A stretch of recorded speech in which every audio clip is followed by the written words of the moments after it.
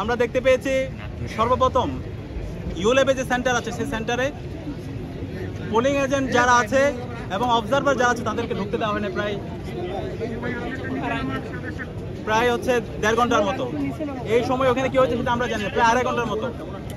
এরপরে আমরা 21 হলের আমরা দেখতে পেয়েছি স্টাফদের কারচুপি, একই সাথে আবার টিএসসির যে সেন্টার সেখানেও আমরা কারচুপি দেখতে পেয়েছি। আমাদের অবস্থান পরিষ্কার, যারা নির্বাচন বানচাল করতে চায় তাদের বিরুদ্ধে বিশ্ববিদ্যালয় প্রশাসনকে ব্যবস্থা নিতে হবে, তাদেরকে অ্যারেস্ট করতে হবে, তাদেরকে থানায় দিতে হবে এবং তাদেরকে যারা নির্দেশ দিয়েছে তাদেরকে খুঁজে বের করতে হবে। আমরা বিশ্ববিদ্যালয় প্রশাসনকে লিখিত অভিযোগ দিয়েছি। বিশ্ববিদ্যালয় প্রশাসন আমরা অনুরোধ করব দ্রুত সময়ের মধ্যে এই নির্বাচন বানচালের সাথে যারা জড়িত আছে তাদের সবার বিরুদ্ধে যেন দৃষ্টান্তমূলক বিচারের আওতায় নিয়ে আসা হয়। প্রিয় সাংবাদিকবৃন্দ, আপনাদের মাধ্যমে আমরা ঢাকা বিশ্ববিদ্যালয়ের সকল শিক্ষার্থীদেরকে আহ্বান করব, এই ডাকসু নির্বাচন এটা শহীদদের আকাঙ্ক্ষা, এটা জুলাইয়ের আকাঙ্ক্ষা। এই ডাকসু নির্বাচন সফল করা সেটা আমাদের সবার একান্ত দায়িত্ব। নির্বাচন বানচাল করার জন্য যারা চেষ্টা করছে তাদের বিরুদ্ধে আমাদের ঐক্যবদ্ধভাবে রুখে দিতে হবে। আমরা দেখতে পাচ্ছি আমাদের যাদেরকে আমরা বন্ধুপতি মনে করি, আমরা যারা জুলাই সহযোদ্ধা ছিলাম, তারা আজকে এই নির্বাচনকে বানচাল করার জন্য একটা পক্ষ বিভিন্নভাবে ষড়যন্ত্র এবং চক্রান্ত করছে। সে জায়গায় আমাদেরকে দায়িত্ব আচরণ করতে হবে। যারা এই ধরনের ষড়যন্ত্র এবং চক্রান্ত করছেন আপনাদেরকে হুঁশিয়ার করতে চাই, এই ঢাকা বিশ্ববিদ্যালয়ের শিক্ষার্থীরা জুলাই বিপ্লব এই ঢাকা বিশ্ববিদ্যালয় থেকে শুরু করেছিল এবং খুনি হাসিনার পতন করেছিল।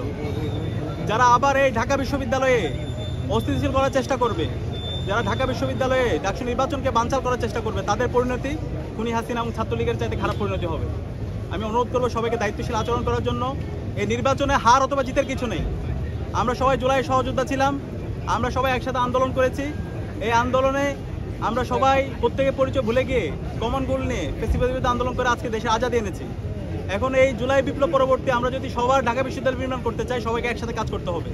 এক্ষেত্রে শিক্ষার্থীরা আমাদের যাকেই বেছে নেবে আমরা তাকেই মেনে নিব, কিন্তু শিক্ষার্থীদের উপর যদি আমরা আমাদের জোরপূর্বক কোনো কিছু চাপে দিতে চাই তাহলে এটা হিতের বিপরীত হবে। শিক্ষার্থীরা তাদের ম্যান্ডেট পেয়ে যাদেরকে প্রতিনিধি হিসেবে নির্বাচন করবে আমরা তাদেরকে মেনে নেব। আমরা আশা করব যারা বিভিন্ন ধরনের অস্থিতিশীল করার চেষ্টা করছেন, ষড়যন্ত্র এবং চক্রান্ত করছেন, আপনারা এই সমস্ত ষড়যন্ত্র এবং চক্রান্ত থেকে বেরিয়ে আসুন। শিক্ষার্থীদের যে ম্যান্ডেট সেই ম্যান্ডেটকে আপনারা মেনে নিন এবং নির্বাচন কমিশনকে অনুরোধ করব এখন পর্যন্ত যে অভিযোগগুলো আমরা দিয়েছি সেই অভিযোগগুলোর আপনারা ব্যবস্থা গ্রহণ করুন। সবাইকে অসংখ্য ধন্যবাদ এতক্ষণ ধরে আমাদের কথা শোনার জন্য। কোন অভিযোগ দিয়েছেন একটু বলবেন? আমরা এই যে এতক্ষণ যে শুনেছি যে অভিযোগগুলো প্রত্যেকটা অভিযোগ দেওয়া হয়েছে, প্রত্যেকটা অভিযোগ এই যে বাইরে কথা বললাম, নীলক্ষেতে যখন ছাত্র দলের 2 গ্রুপ মারামারি করতেছে বাইরে এবং হচ্ছে বিভিন্ন জায়গায় যখন আরো ঘেরা ট্রাকগুলো লোকজন আসে তখন আমরা কনসার্ন জানাইছি।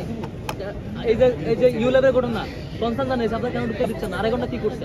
প্রত্যেকটা ঘটনা 21 হলের ঘটনা কনসার্ন জানিয়েছে, রুকিয়া হলের ঘটনা বলছে দ্রুত ফুটেজ দেন, পরে সেই ফুটেজ গায়েব করার জন্য উল্টো তারা কিভাবে ব্যবস্থা করার চেষ্টা করেছে। যখন প্রত্যেকটা নাটক তারা শুরু করে নাটক সম্পন্ন করতে না পারে কারণ তারা অন্যদিকে যায়। আমরা আসলে বিনীতভাবে অনুরোধ করবো ছাত্র দল সংগঠনগুলো প্রতি বিনীত অনুরোধ করবো এই ডাকসু নির্বাচন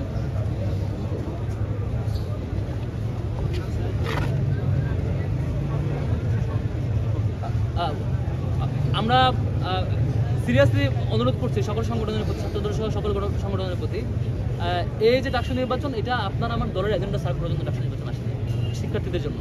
এটাকে জাতীয় রাজনৈতিক দল নিয়ে এসে মহড়া দেওয়া সহ এটার জন্য মানে যা কিছু জাতীয় রাজনৈতিকভাবে করা হচ্ছে এটা খুবই দুঃখজনক। এইভাবে করতে থাকলে এরপরে ডাকসু হওয়া কিংবা ডাকসুকে নিয়ে কেন্দ্র করে ডাকসুর মধ্য দিয়ে শিক্ষার্থীদের রিপ্রেজেন্ট করবেন আপনারা, এটা আমরা আশা করতে পারেন। আপনাদের আচরণের মধ্যে সেটা বহিঃপ্রকাশ ঘটে না, বরং আমরা জুলাই স্পিরিটটাকে ধারণ করি, শিক্ষার্থীদের ম্যান্ডেটের প্রতি রেসপেক্ট জানাই, শিক্ষার্থীরা তাদের অধিকারটুকু পাক এবং ডাকসু শিক্ষার্থীদের হয়ে কাজ করুক, অন্য কারো দলীয় এজেন্ডা হয়ে কাজ না করুক। সেখানে বলেছেন যে শিবিরের আপনাদেরকে উল্লেখ করে বলেছেন আমাদের এজেন্ডা বাস্তবায়ন করছে এবং আপনাদেরকে সহযোগিতা করছে। তো আসলে এই প্রেক্ষিতে আপনাদের বক্তব্য? হ্যাঁ, এই প্রশ্নটা তো বহুকাল থেকে ওনারা করছেন।